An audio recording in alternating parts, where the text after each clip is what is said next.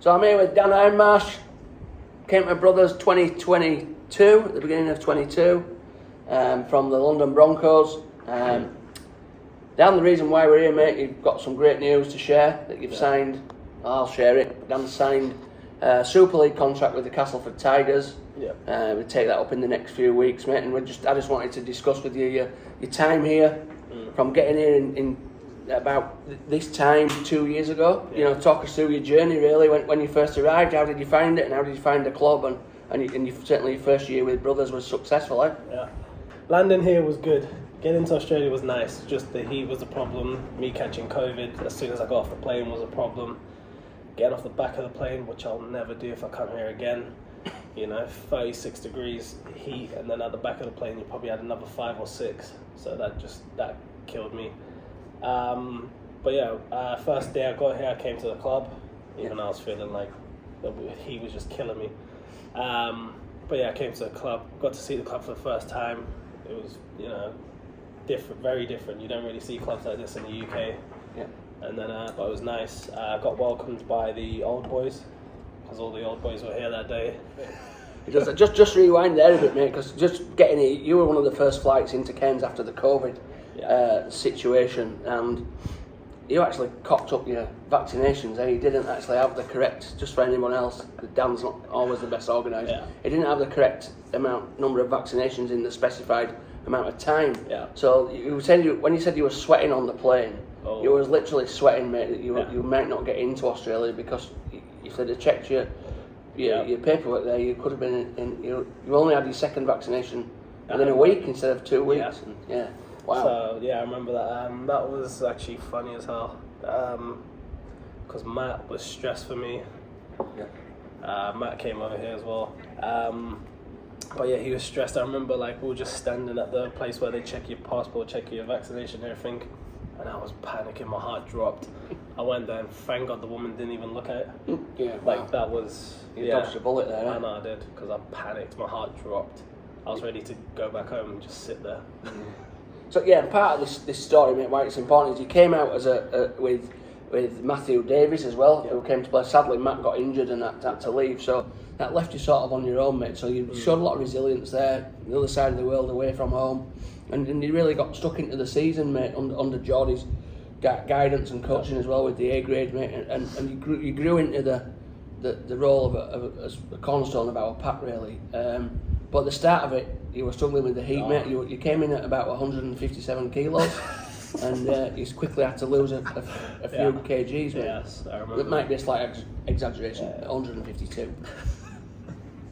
Yeah, I came here 120 kilos.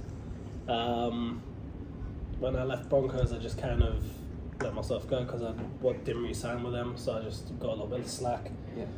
And then got an opportunity to come here, and that's when, as soon as I arrived here, I knew I had to fix up and lose a bit of weight, and get fit again. But Geordie's been good. Geordie ran us. The con that he did was actually really good. For a semi-pro team, you wouldn't think that they would be training as hard as as they were. So that helped me lose a shit ton of weight. And the weather. And the weather, definitely the weather as well. But being here alone was tough. But I had help from friends. I had help from you as well. Some of the boys were helping me a lot. It was Nick Harold, Elijah Simpson, and just more of the footy boys were helping me, getting around me, making sure I was comfortable, always checking up, making sure that, if I needed anything, they were there. Yeah, we've definitely got a good group of boys, mate. It's a pleasure to be around the club this last 2 or 3 years. We've done really well with the people who've got around, include you in that. You got halfway through the season, I think Jordan made an example of you. You turned up 20 seconds late to a game. You said it was 18 seconds, but if we looked at the CCTV, it was actually nearer to 30 seconds. And you got dropped there to reserve grade. I think that was a bit of a turning point for you, mate, because you had the shits and you dug in, and then you got sin-binned in the reserve grade game, and you got suspended for a game. But then when you came back, mate, in the run into the finals, you were outstanding. You was ploughing through. Your post-contact meters were just, you were really, really forceful in the middle for us, along with Nick. Yeah. Nick Harold was outstanding that year, and then we had the running, and we got to the Premiership. Was that your first Premiership? Yeah. First Championship win? Well, if you count 2018 with Broncos, I don't know. Oh yeah, you got promoted with Broncos in Yeah. 18 up to Super League, so that was a big achievement. But how did that rank? How did that compare the winning the final year that 2022 to anything else you've done? Like that was a very big moment in my career, just because of how the year had gone. Yeah. It was a tough year, and then to get that, plus we were playing a team that 2 weeks before that destroyed us. Yeah, crazy. Tore us apart 66-6 or something like that. It was a 40-odd margin. Yeah, and they just they were all over us, and then I think on the final we just knew it was do or die, and then that's when if you watch the game, you just see boys scrambling everywhere. Yeah. Everyone wanted to win. That last try, Ty Smith. If he never scores another try again, it won't matter, will it?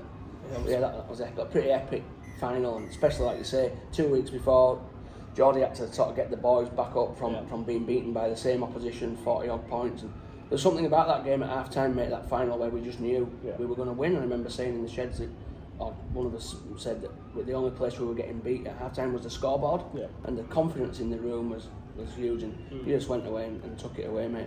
It was outstanding. What followed was a training trial with the Northern Pride with our friend Ty Williams over there that last year, and you again, mate, your trajectory just went through the roof. How was that, mate, last season, starting at the training trial through the season? It was just good to be around the next step up. Yeah. I'd say some of the players there, they had that next level in them.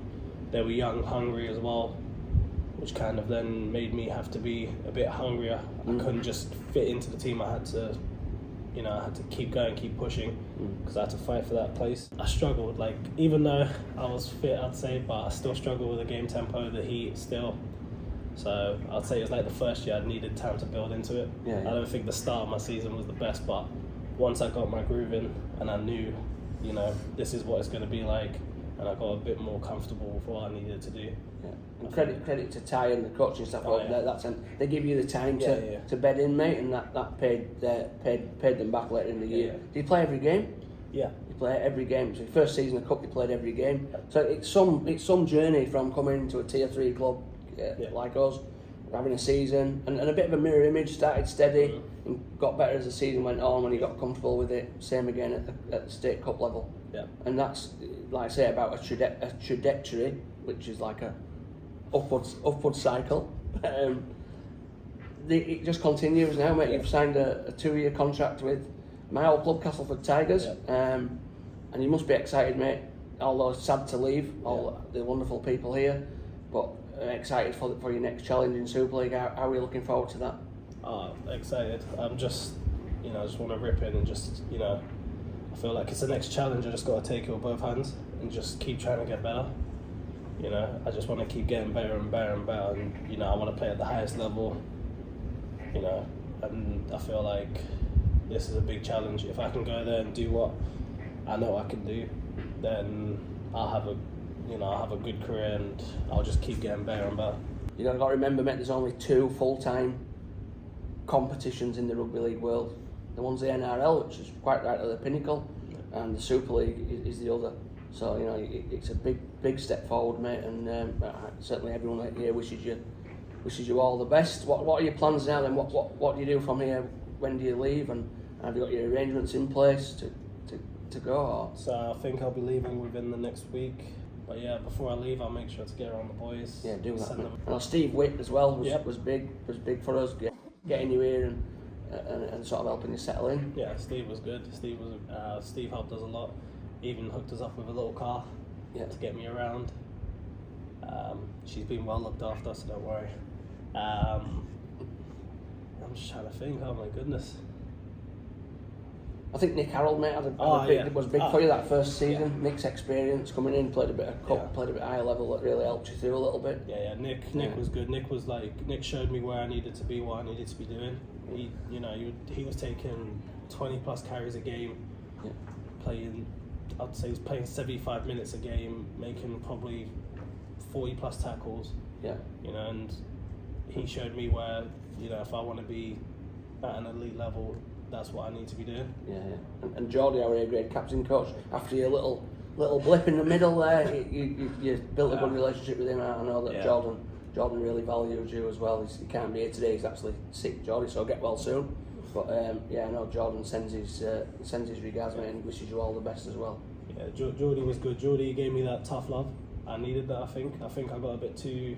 I think at that stage I was a bit too comfortable. You know, I kind of maybe got a bit of an ego, like, yeah, I'm going to be playing every game. But then Geordie just said, nah, if you're not going to follow the rules, then you know. And then since then, I just knew I had to basically, you know, my standards picked up a bit.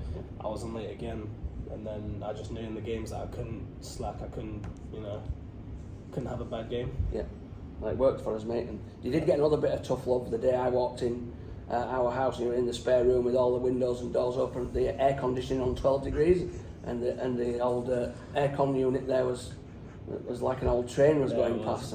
You might have got a bit of tough love that day. But there was a bit of adjustment coming in, but you did really well, mate. And just to summarise, your journey and your pathway has just gone through the roof, mate. And we look forward to. We'll be able to watch the Super League on Fox there and see how you're going, mate. So no doubt you'll be getting plenty of stick and plenty of messages from the boys. But just from all of us at Brothers, mate, we wish you all the best and congratulations on your next move, mate. Thank you very much, sir. Cut!